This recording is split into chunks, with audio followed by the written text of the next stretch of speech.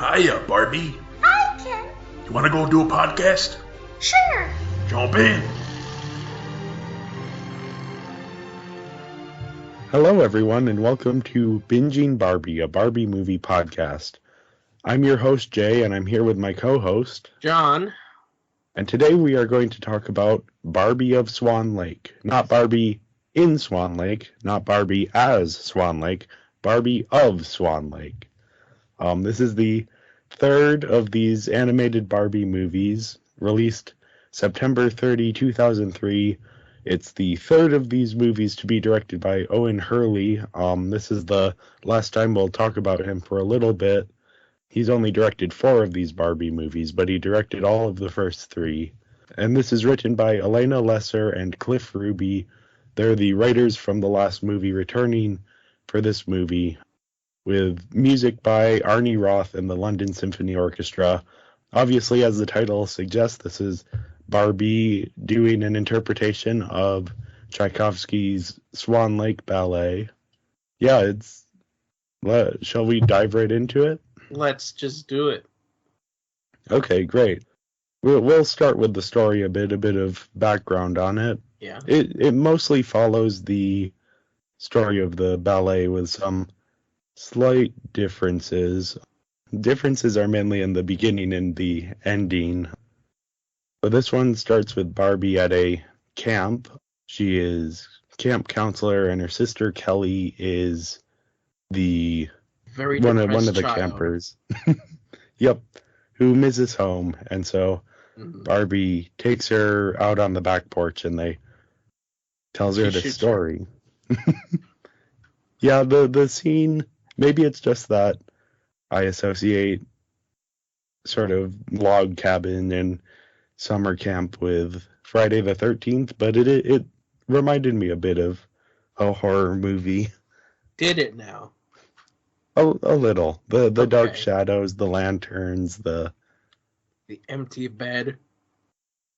Yeah, it's probably just my biases speaking, but yeah, anyway, we start the story with Odette. She's working in her father's bakery. She's a relatively reserved character to start out with. Isn't as adventurous as her sister, who rides in on a horse, then rides off and doesn't show up for pretty much the rest of the movie. Very important to have her here. Yes. But while Barbie is helping out one day, a unicorn rides through town. Also, it's also a thing to point out, Odette is actually magical, because she turned sugar cookies into chocolate chip cookies. Oh, I wasn't sure about that. I thought that was Kelly. That's not brought up. It's never brought up. It's an odd little moment that it seems like it's Kelly asking Barbie to change the cookies. Is that what was happening? I believe so. I thought this random child in the story just wanted other cookies, and then she turned into their cookies. Okay. That makes more sense, actually. It makes more sense, but you would think it would be used throughout the story, but it isn't. It's just that one scene. And that first bakery scene has some odd moments as well. The dad is baking cornbread, which delicious. Delicious. But this is sort of implied to be taking place in the Middle Ages or the Renaissance. So before Europe had contact with the Americas, which is where corn is from. So maybe this magical there are unicorns and trolls here. Who cares if there's corn in Europe? I do, John. I do. I'm very concerned about the logical consistency. I know where the corn came from the unicorn. Oh, that makes sense. Never mind. I don't have any issues with that. There you go. but yeah, this unicorn shows up in town, and everybody wants to kill it. Yep. Barbie warns them that if they shoot it with an arrow, they'll hurt it. But that doesn't stop them. And Barbie kind of has to rescue this unicorn. The unicorn gets tied up, frees itself with a very ingenious trick using an axe that's half buried in a log. But for a moment there, I thought that she was going to use the axe to defend herself. well, she does have a horn. I know. That might be a but bit. Like the way she spots the axe, it's like, holy crap, she's going to murder some folks. Yeah, that's. Would it be out of the question? Wouldn't? Or, well, probably would, but. Okay. Anyway, so Barbie sort of helps this unicorn and then follows the unicorn into this magic forest where she discovers that the unicorn can actually talk and that the forest needs saving, and Odette has the magic crystal that will save them all. And then the evil villain shows up and turns her into a swan. And that's where the movie starts. It all just happens so quickly. Oh yeah. It's a lot of it introduces this magical part of the forest very quickly, and you're supposed to just be right on board with it. Right. This is even the though direction. Odette wasn't at all. Yeah. Well, yeah, and that's the interesting thing is that this is she initially doesn't want to help. Well, she doesn't think she can help. But then throughout the court, well, she gets turned into a swan, and then she kind of has no choice. Mm-hmm.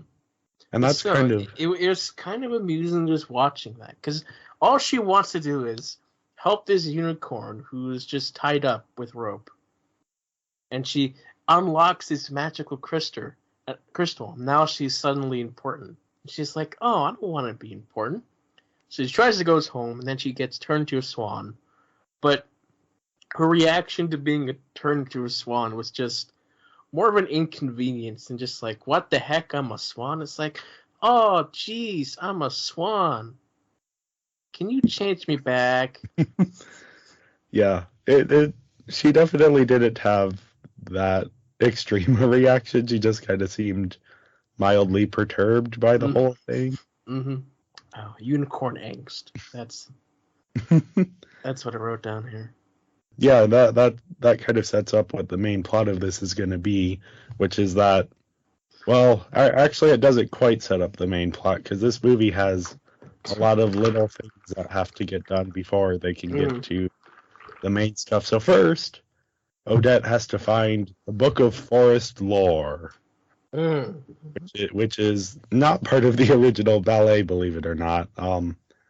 So she goes off to this, like, shady, mossy, covered in mushrooms part of the forest and meets the filthiest, dirtiest, least sort of well-kept librarian I've ever seen. Like he's not only scatterbrained, you get the sense that, like, he probably hasn't showered in a few centuries. He also hasn't met a few people in a long time as well. Yeah. So yeah, she meets this troll and they can't find the book, but then he finds the book, and then the plot starts where, okay, now she has to fall in love with someone, and that true love will break the spell as long as nothing comes in the way, and turn everyone back into humans. The various beings of the forest have all been turned into animals except for the fairy queen, though she does eventually get turned into an animal. This is also when the prince character has already been introduced, but this is kind of where he enters. He's out hunting, and Rothbart, the evil character in this, the villain, lures him into the forest, and with the idea that he will kill Odette, but he doesn't, and instead Odette transforms into a human, because she transforms into a human between sunset and sunrise. And they fall in love very quickly. But the prince is holding this ball, and so Rothbart's evil plan is he's going to disguise his daughter as Odette and send her to the ball, and then that will break the true love, and then he will become ruler of the forest. I don't know exactly the mechanics of that. Yeah, something. Yeah, it's a lot going on for the original ballet is even simpler than the Nutcracker Ballet Mm-hmm. in its story. So yeah, then the ball happens. Odette fails to show up in time. The prince confesses his love to Odile. The Odette dies ambiguously. Mm-hmm. This kind of falls out of the sky as a swan. Then the I prince. just thought that she was so sad that she passed out. Yeah, it's kind of. I mean, the fairy queen says, "Oh, she's not dead." So I guess I don't know. We must have missed something when reading the book. Yeah, yeah. The prophecy is a bit vague. Mm-hmm. Yeah, but the prince realizes his mistake, and they all end up back in the forest, and Rothbart kills the prince and Odette, but then the magic crystal decides to not kill him, turn him into a It cuckoo. decides to just end this movie by solving everything. Yeah, yeah. Mm-hmm. It magically returns Odette and the prince to life, and they live happily ever after. And Rothbart is a cuckoo clock, and Odile now has to do house cleaning for the librarian troll. Yeah. Yes. A little bit convoluted plot. Very convoluted. I don't know. The Barbie as Rapunzel story was a bit simpler, and I think it worked a bit better, but I didn't dislike the story here. It's not very focused, but at least things are happening. Yeah, it's a stronger story than Nutcracker, but it's not quite as strong as a story as Rapunzel was, because the characters help the story. Where this one, we'll talk about them later, but yeah. Yeah, and this is the one that follows the original work the closest. Mm-hmm. Obviously, with some big changes and a lot of additions. Mm-hmm. But I think the biggest thing that this story gets right is that in the original ballet, Odette isn't really the main character. It's about the prince, and you follow his perspective. Whereas here, it's about Odette and her story. Mm-hmm. She has a lot more agency in this than in the original ballet, and that's a smart move. I mean, this is a Barbie movie, not a Ken movie. Right. And yeah, it's a good improvement that kind of changes what the story is about.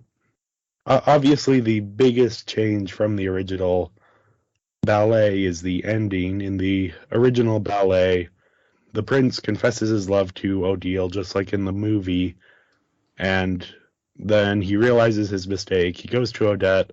Odette forgives him, but the magic spell has already like been broken between them. So Odette is stuck as a swan forever. And she decides she would rather die than live as a swan. So I think she jumps into a lake. I think that's usually how they interpret it. And the prince follows her, and for some reason that breaks the spell and kills the evil bad guy, and it's a more melancholy ending. Obviously they did it. I'm sure, yes. They didn't go for that with the Barbie movie. They did actually have both Odette and the prince die. Ambiguously. Ambiguously, yeah. It's a very G-rated death scene. Mm-hmm. Mm-hmm. Yeah. And that does break the spell, but the crystal is the one that decides that the spell is broken. It's the magic in this movie is a little bit ambiguous. Very ambiguous. And also very convenient. Yeah, it chooses when to work and how to work and who to work on. Mm-hmm. The biggest issue with the story is that it really could have been simplified just a little bit and kind of focused around a few more things. The whole Book of Forest lore plot line is not really all that necessary. No, but it's just used to tell you the elements of the magical spell. Yeah, they're looking for a prophecy. They took a long time to tell that part, though. Yeah, it takes up a sizable portion of the movie. Mm-hmm. I I don't dislike it, but if you're gonna drop anything, I think that's the thing to drop. And that would give you more time to focus on the romance aspects, because that's kind of the other weak aspect is the prince and Odette meet and then immediately fall in love. Oh, And I know. I was so disappointed. I was so disappointed because they were setting up the prince's character much better. yeah, and Oh, he's much more interesting than the prince in Rapunzel, but it goes nowhere really.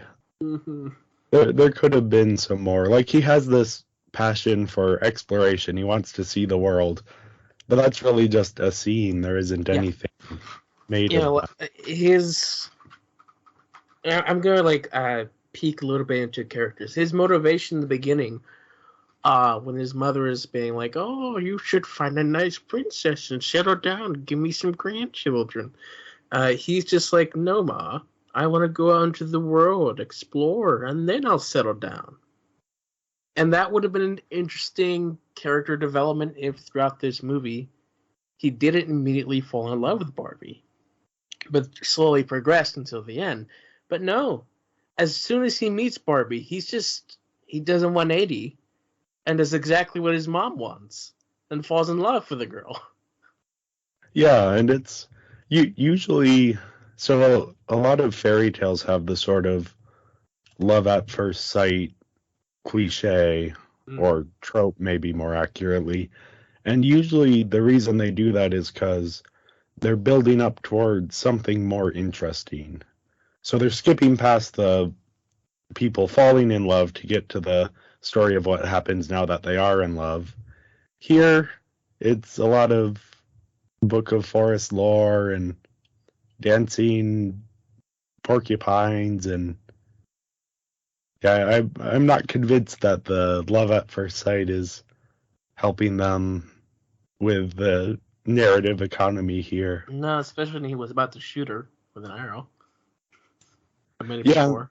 even the fact that it has a happy ending, because the original story has this idea of sort of the magic spell as this sort of absolute force, and even though Odette forgives the prince, it still doesn't solve the problem, and it has a tragic ending.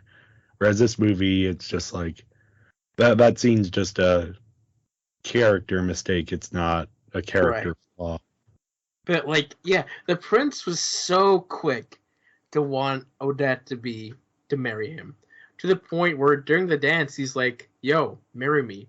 You haven't said a single word, but marry me, girl. Like he doesn't try to give small talk or go off to the side to have a private conversation. He's like during the dance, he's like, "Yo, girl, marry me." Yeah, and I mean that's the way it is in the original ballet, but in the ballet you don't have dialogue, so Ugh. and there's interesting people have done sort of in-depth readings of the ballet as sort of a metaphor for infidelity within relationships, or Okay. Yeah. yeah, very stuff that the G-rated Barbie movie isn't going to do. I actually did this as a double feature with the 2010 movie Black Swan, which is about as different of an adaptation of Swan Lake as you can get. That one is a sort of psychological horror movie about a ballerina who is cast to play the lead in Swan Lake, and sort of the duality of the role kind of drives her mad, and she starts hallucinating things, and it's a much darker take than anything this Barbie movie is doing. Yeah. I mean, the story here is not terrible. It does what it needs to do. I will say one of the things I do like, actually two things. First, I like that they kept that the prince starts out hunting Odette. hmm I think that's kind of an interesting meet cute. It's not something you usually see in a kid's fairy tale movie. He's also very quick to just kill. Like when what's the villain's name? Rothbart Yes, reveals Rothbard. himself. He's like, I'm gonna shoot you. But he did that twice. His first instinct is just to kill the guy. Yeah. And in the original story, there is a thing of if Rothbart dies before the spell is reversed, Okay. then the spell will be permanent, which is why in the ballet they don't kill him. Here it's something about the prince wants to bring his armies, and his armies will be turned into animals. And then Yeah. the magic to stop any arrows from hitting him. Mm. Which I'm very glad for Rothbard that he just never, every time the prince wanted to have a fight with a sword with an arrow, Rothbard doesn't indulge him. He's like, no, and disintegrates his weapon with Yeah. magic. Like, I'm not gonna fight you. I am somewhat surprised that he only tried to turn him into an animal once. Yeah. Because that's Rothbard's main trick. Yeah. Turning people into animals. But he doesn't do anything with it. Yeah. He is an interesting villain in that he actually wins at the end of the movie. It's just that the Deus Ex Crystal decides to... I know. Which it's a Barbie movie. That's what has Like, it's not like a great ending. Because it doesn't feel like we earned it. It's just like the villain wins. It's like, oh no, how are they going to do this? But then they don't do anything. The crystal's like, yeah, peace, I'm done. You're gone, mate. I'll let you lose. And then he loses. And it just doesn't feel like he doesn't lose because of his ego, like in the last film. Or what's that word? His hubris. Hubris? Yeah, because in the last film, the mother thing, that lady, like her spell, she traps herself because of her spell. Here, he just loses because we have to end this movie. Yeah, I think that's a fair criticism. I think you could argue that the true love prevailed, and that was the spell of the crystal. But it's tenuous at best. Yeah, very tenuous. And the crystal wasn't even touching them. Like, he had it on him. Yeah, I'm still confused about the rules of the crystal. Mm-hmm.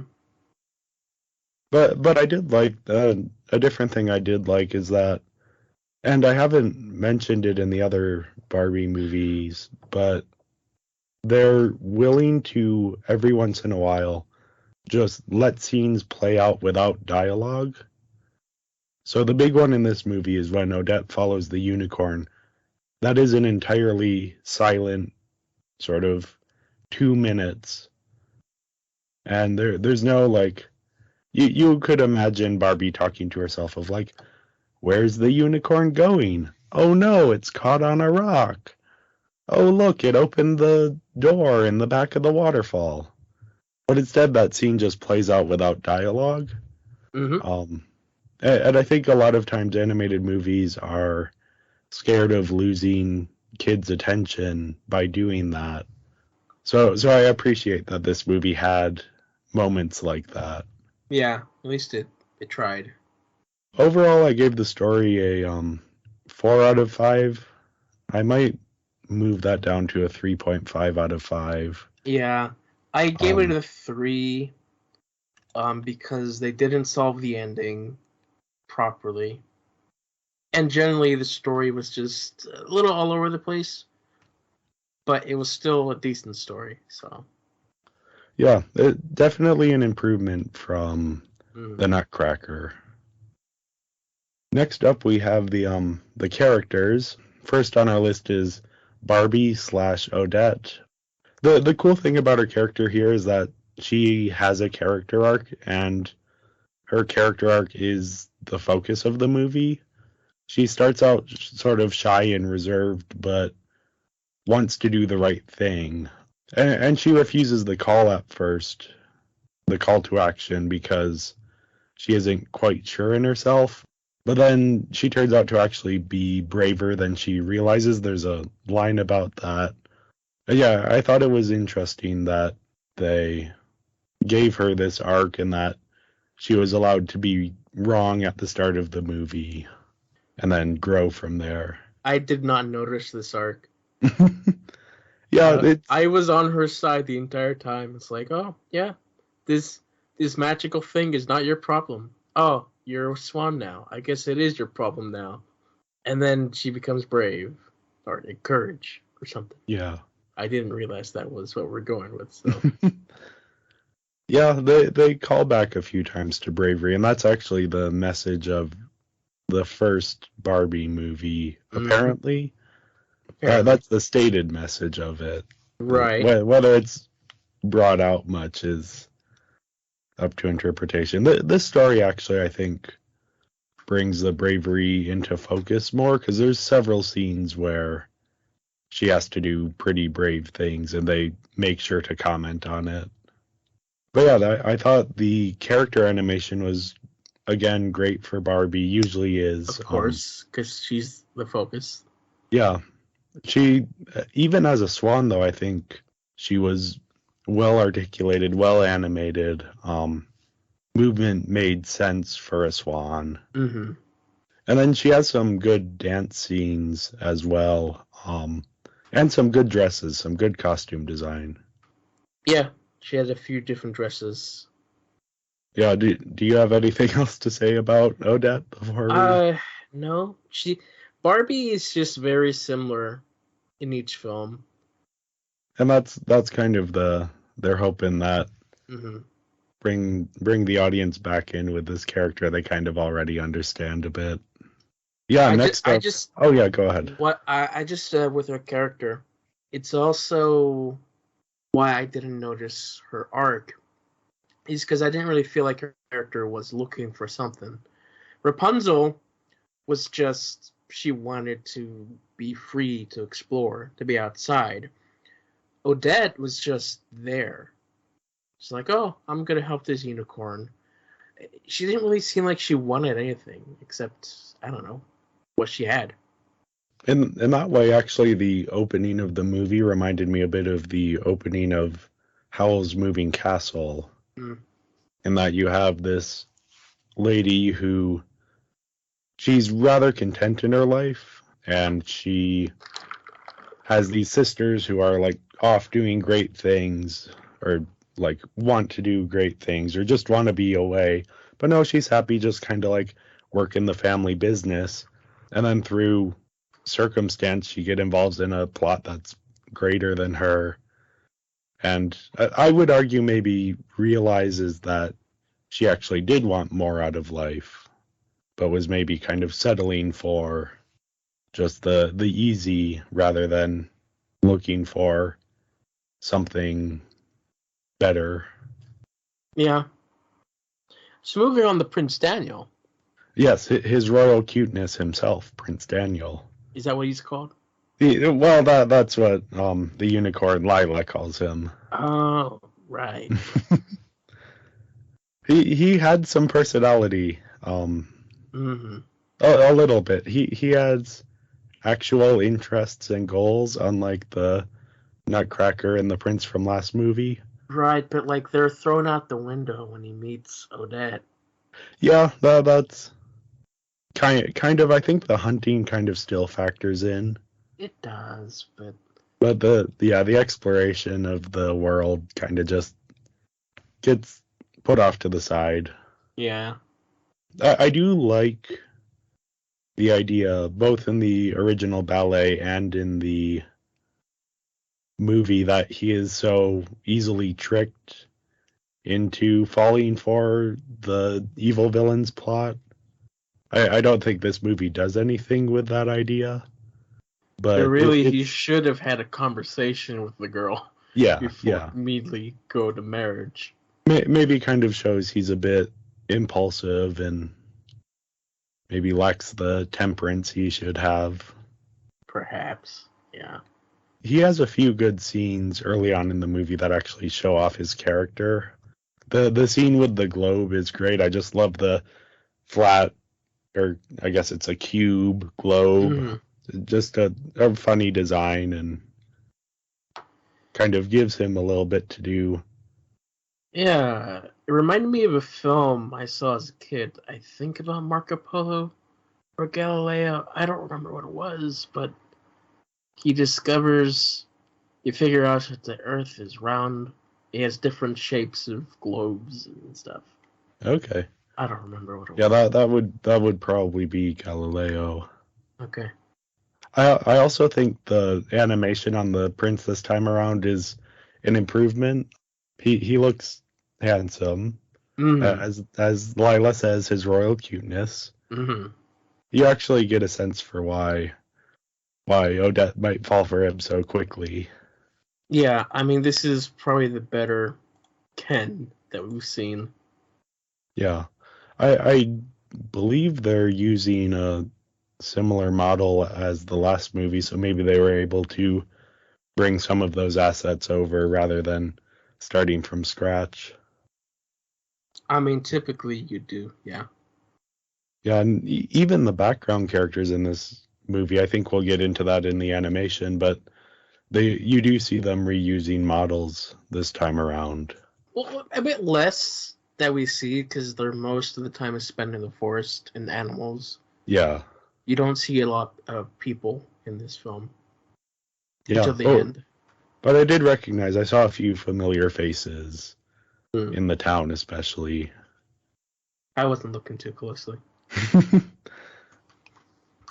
Well, yeah, I think we've kind of said everything there is to say about Prince Daniel. Yeah. I will briefly mention his name is changed from the ballet. He was originally Prince Siegfried. Siegfried. I don't know why they changed it. Maybe because they didn't change any of the other names, but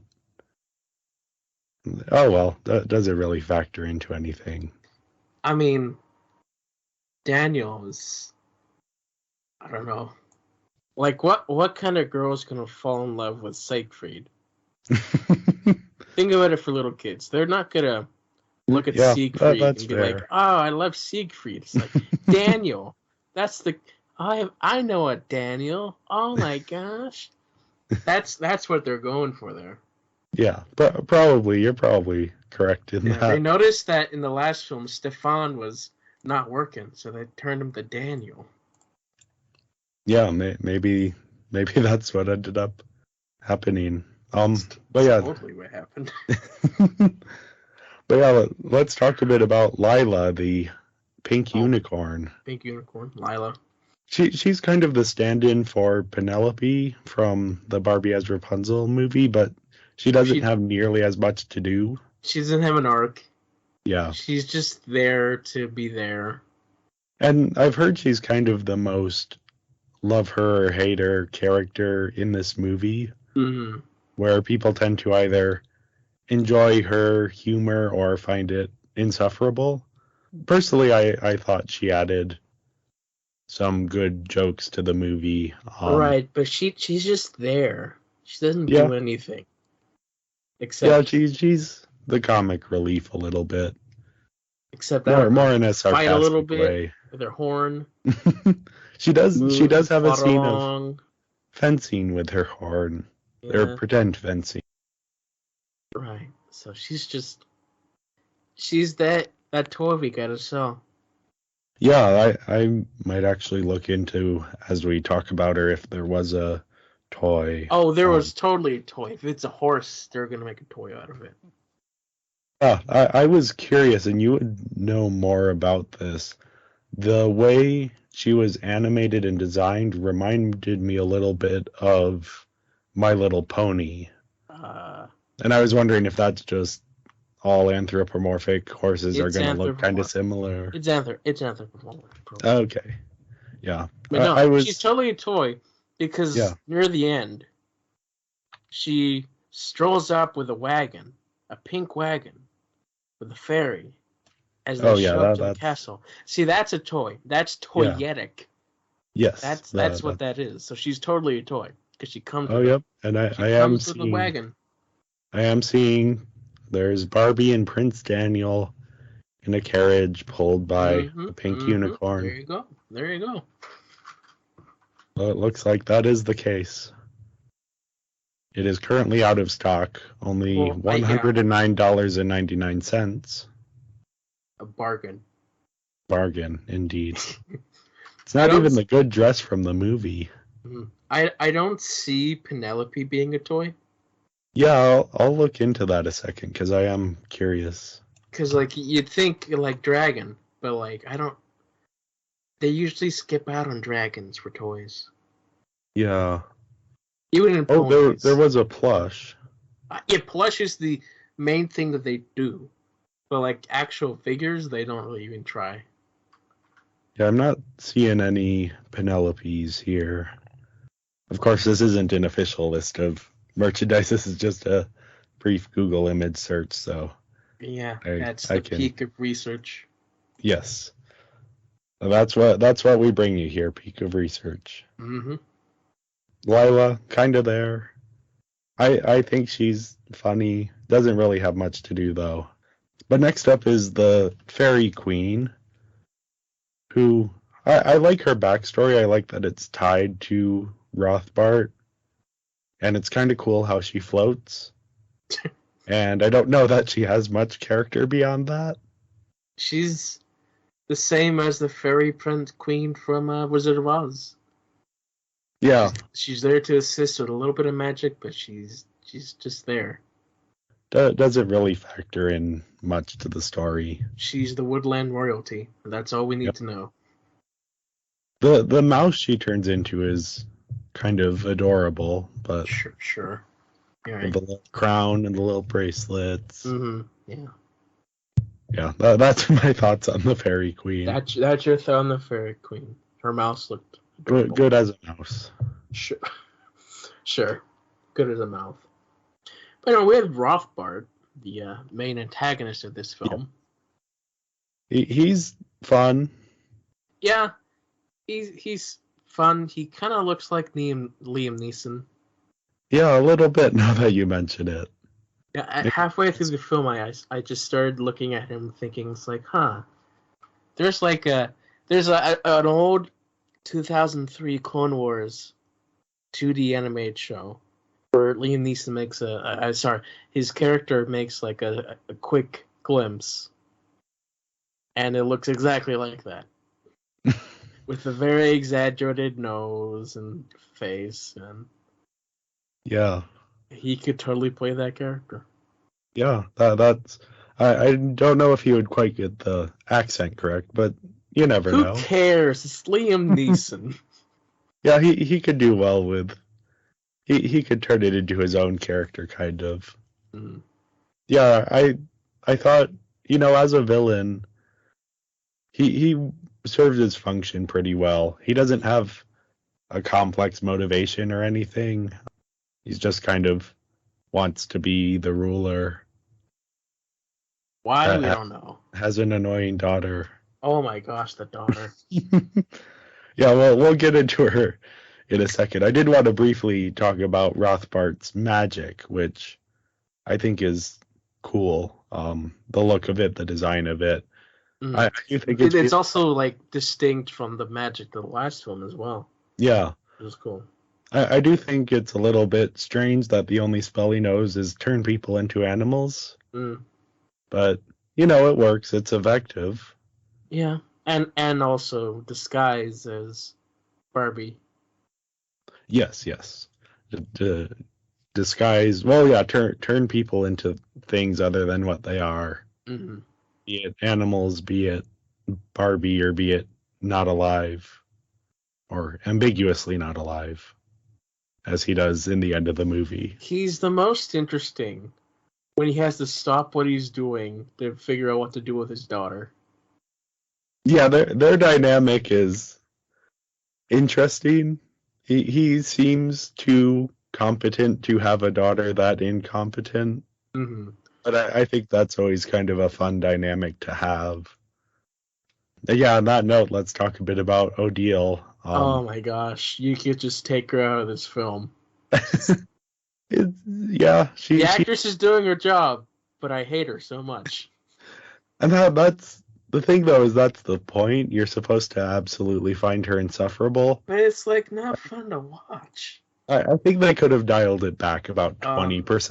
Still 20, try Oh. 50%. Yeah.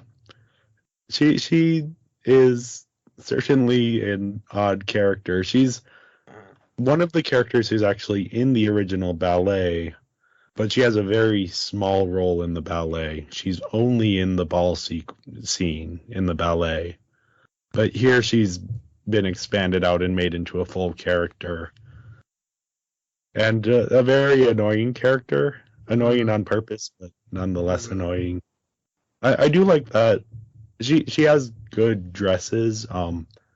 The black tutu in particular is really cool.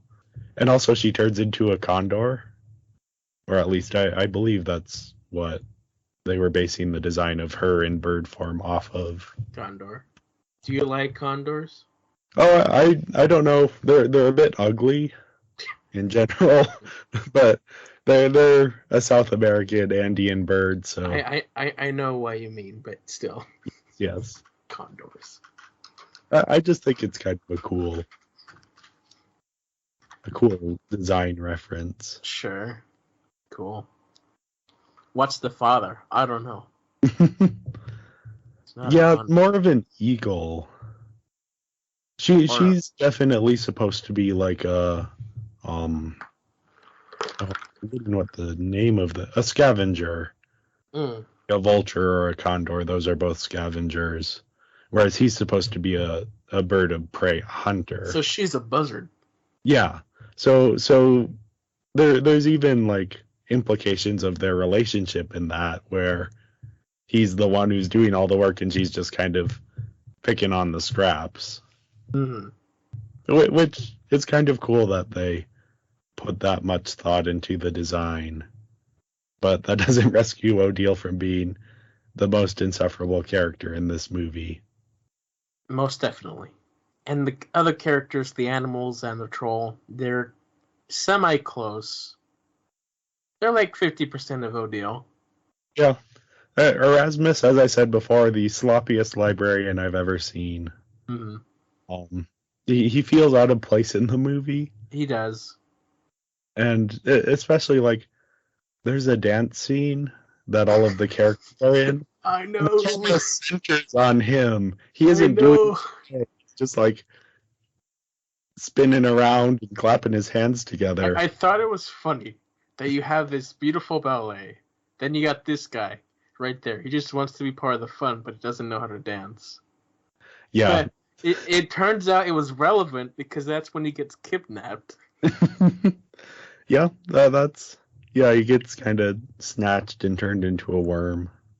Yeah, that's the most his character really does. I do like his line deliveries for a few things, and I'll talk about that during the voice acting. But and yeah, Ivan and Carlita, the two fairy animal elf things that are actually given names. I have things to say. Yeah, they're interesting. Yeah.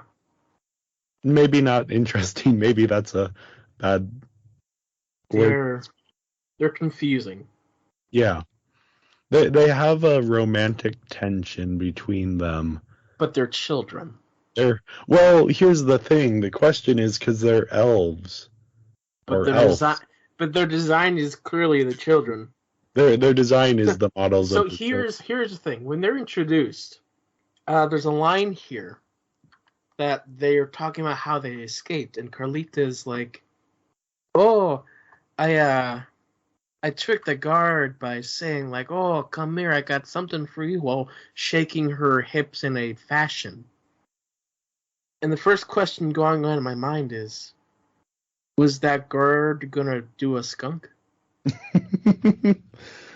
I mean... And then they immediately turned to the children and was like, holy crap, that's so much worse. Yeah, that was my thought process for that scene as well.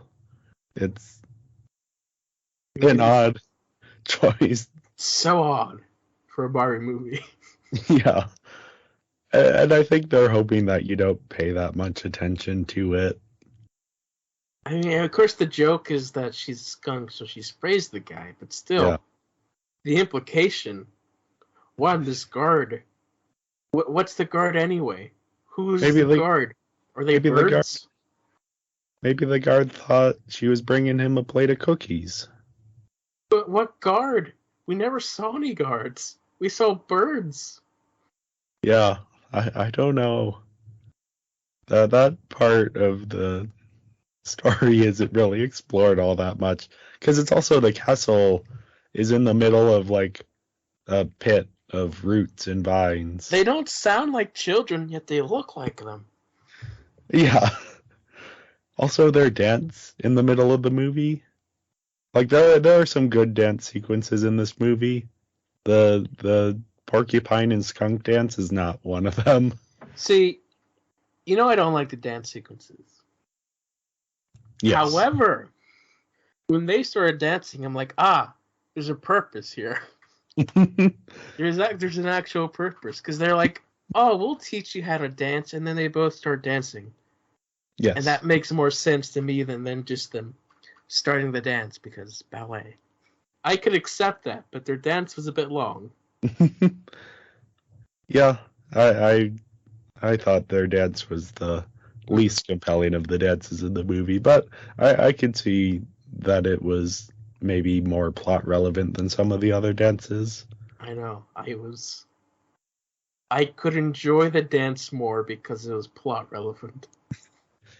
Yeah. But then it quickly became not plot relevant because no one was taking notes. Yeah. I thought it was kind of funny though at the end of the movie when Ivan, well, first off, at the end of the movie when they transform back into elves, they're already in their elf forms because the sun hasn't come up. So the transformation is literally just a costume change. Yeah. Ivan's is the best because he goes from like a kid in a porcupine outfit to a kid with the worst bowl cut I have ever seen. Yeah. It's like, maybe you wanna, see if Rothbart can change you back. Right. So going back to Rothbart and Odile. Odile gets turned into a pig. Yes. And then Rothbart just leaves her behind at the royal palace. In a land where these people are known to just kill these wild animals on sight. So his daughter should be bacon by the end. Yeah. Like, she should not be alive. Well, yeah, we don't see how she turns back. I guess she turns back when everyone else does. She should be bacon. Just saying. That's kind of the scene where Rothbart kind of finally realizes just how annoying his daughter is. Not that he hasn't thought so throughout the movie, but that's I mean, he finally sees her for what she is. A pig. Yep, a pig of his own creation. I wonder what that makes the mother. Well, there's a theory about this movie that she was one of the crows, and Rothbart turned her into a girl so that he could have a daughter. Right. Yeah, I don't know. I don't know how accurate that theory is, but it's a theory, all right. It sure is a theory. A film theory. All right. Anyway, what did you rate the characters? Yeah, I gave them a 4 out of 5. I think the fact that Odette has a character arc and that they've made smart changes from the original ballet with her character kind of bumps up the score a little bit for me. And that we finally have a love interest character who has a little bit of personality. Mm. Of course, I'm talking about his royal cuteness, Prince Daniel. Right. I give the characters a 3 because they weren't, for the most part, they weren't as fleshed out. Daniel was a bit more, but again, his 180 turn was just disappointing. Rothbart doesn't really have much motivation, and Odette was just a swan who had to Yeah. find her courage. Yeah, onto the animation. It's an improvement from the last movie. They, they Sure. they've improved on a few of the things that I commented on. The backgrounds here are much better, more detailed. Yeah. I Oh believe yeah. they got better textures for this movie. Everything looks a little bit better. The movement is better. Character models are a little bit better. The background characters are starting to look more decent. A bit. Yeah. Yeah. I love the magic, the evil magic with the red feathers and the crows, and there's like a slight distortion on the lens. It's just really cool design and distinct because the green foggy magic from the last movie is cool, but it's not necessarily unique. Whereas here they're going with the bird theme to make this sort of ominous looking feather magic. Hmm. I also like that every location in this movie feels distinct. Um, the medieval village is just kind of a cool setting. Yeah. The good guy castle has some really cool ponds around it, and then the mountains around it are nice. The forest itself, I really like. It's sort of these tall, very skinny trees with light kind of filtering down. Um, just kind of evokes sort of a magical place. And then yeah, my favorite location again is the evil hideout. Just like the last movie, I love how spooky it is. It's really foggy. The dark green and the red light are really cool. It's where I would want to live, and I was very sad that they destroyed it at the end. Hmm. Of course, they brought back the motion capture cast for the ballet. Yeah, the ballet scenes were done through motion capture. Mm-hmm. This was once again the New York City Ballet, and this time we actually have some names for it. So Maria Krakowski as Barbie and Odette, Charles Askegard as Ken and Prince Daniel, Ellen Barr as the Fairy Queen, Benjamin Millipede as Ivan the Porcupine, Janie Taylor as Carlita the Skunk, and Abby Stafford as the Fox. Just wanted to shout them out to kind of, since in Barbie as Nutcracker they didn't get any credit or name credits that I could find. Yeah. Yeah, just great work on the ballet sequences. Again, I love how they use the motion capture, how it's all based in actual dance. Mm-hmm. It's just a lot of fun, and I think in this movie especially, there's some great cinematography, especially in the first dance between Odette and the prince. There's some sort of camera movements and things that you couldn't do if you were filming an actual ballet performance. But because it's animated, you can have the camera get really close to the characters and sweep around them. And then the standout dance sequence for me was the ball sequence where they're cutting between what the prince sees and what's actually going on.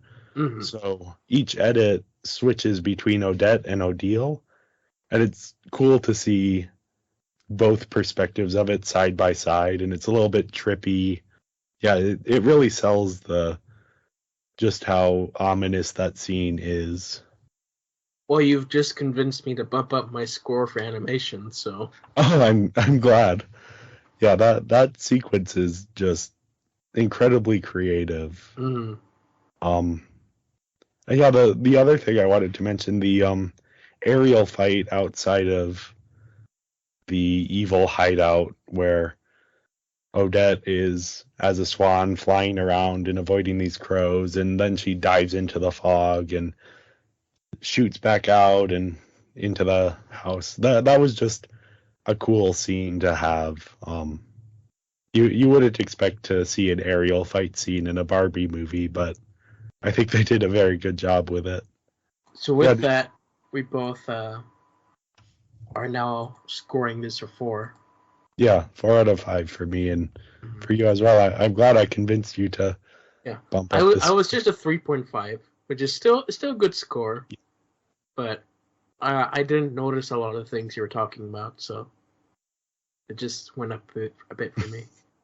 Well, yeah, I'm glad I convinced you because the animation here, even though the quality of it isn't stellar, there's enough creativity put into it that it really works very well. So next up we have voice acting. Kelly Sheridan is once again Odette, or Barbie and Odette. She's once again doing a great job. I don't really have any notes on her performance because it's the same and it's great. It's always.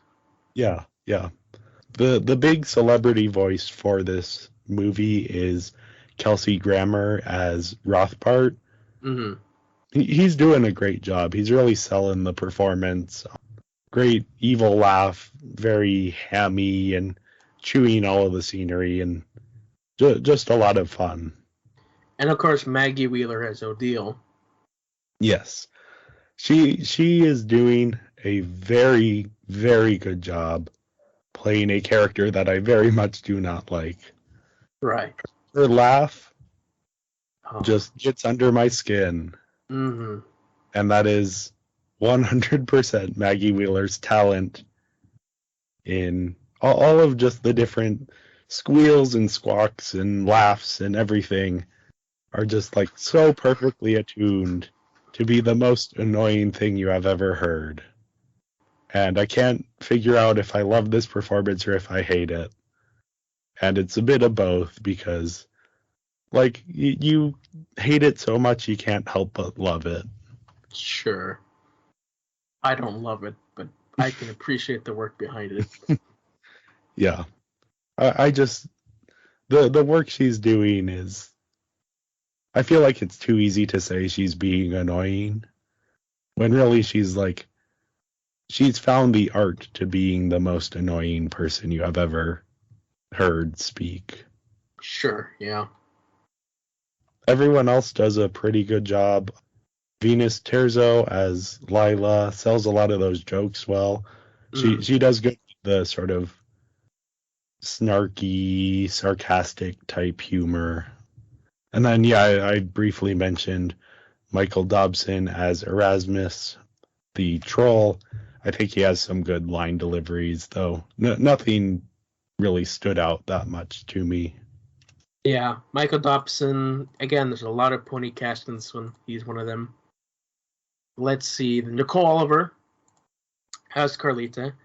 I just enjoy Nicole in general. She's great. She's a very sweet person. I've met her. We also have Brian Drummond as Reggie, who's a very small role. Brian is one of the voices of Vegeta from Dragon Ball. So that's cool. I met him as well. He's great. And of course, we have Ian James Corlett, Kathleen Barr, and that's the main one that stood out to me. Yeah. And a lot of returning cast members again. They're definitely, besides sort of the celebrity villain actors that they bring in, they're working with a lot of the same people. And I assume a lot of those people appreciate, even if it's these Barbie movies, that they have work that they can do. I gave the voice acting a 4 out of 5. No one really knocked it so far out of the park that I was in awe of their work, but everyone did. They did a good job. I give it a 4 as well. So finally we have the music. I thought it was good across the board.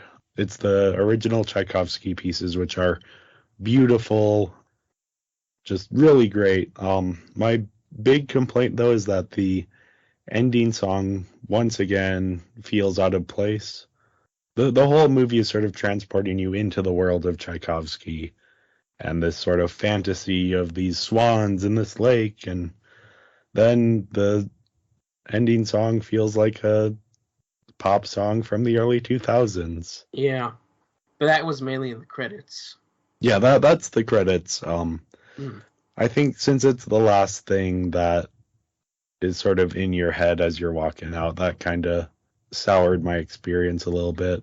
I didn't even watch the credits, which is why I gave the music a 5, because the Swan Lake music was great. Yes, I really liked it. Swan Lake music is excellent. And I actually bumped up my score from what I originally said. I'm giving the music a 3.5. The end credit song isn't bad. It's just, once again, it's out of place. Well, it looks like we're wrapping things up here. What We are all have equal scores across the board. Yeah. A total of 19 out of 25, 76% for a 3.8 5-star rating. Yeah, very very easy average here. We seem to be overall on the same page, even if we had disagreements in specific categories. Right, yeah. Yeah, and any final thoughts before we head out? Final thoughts, like I said earlier, it was fine, enjoyable. It did get slow in a few places. And of course, that was mainly having to do with the book. But overall, enjoyable. I'd say that Rapunzel is still stronger, but this is second best. Yeah, this is very much on a similar level as Rapunzel. It's not nearly as sort of flawed as Nutcracker. But yeah, the story does have these odd digressions that kind of derail the narrative a bit. So, what are we doing next week? Next week we have what many consider to be the best Barbie movie ever made. Oh. We'll have to see if we agree.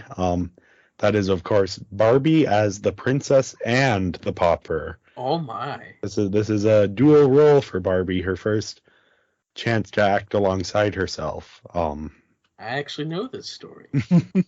Yeah. It's gonna be interesting. There's cats that act like dogs and horses and what? Yeah, it's an interesting one. Well, we'll have to see how it shapes up. Surely, yeah. But yeah, thanks everyone for listening. And join us next week when we talk about Barbie as the princess and the pauper.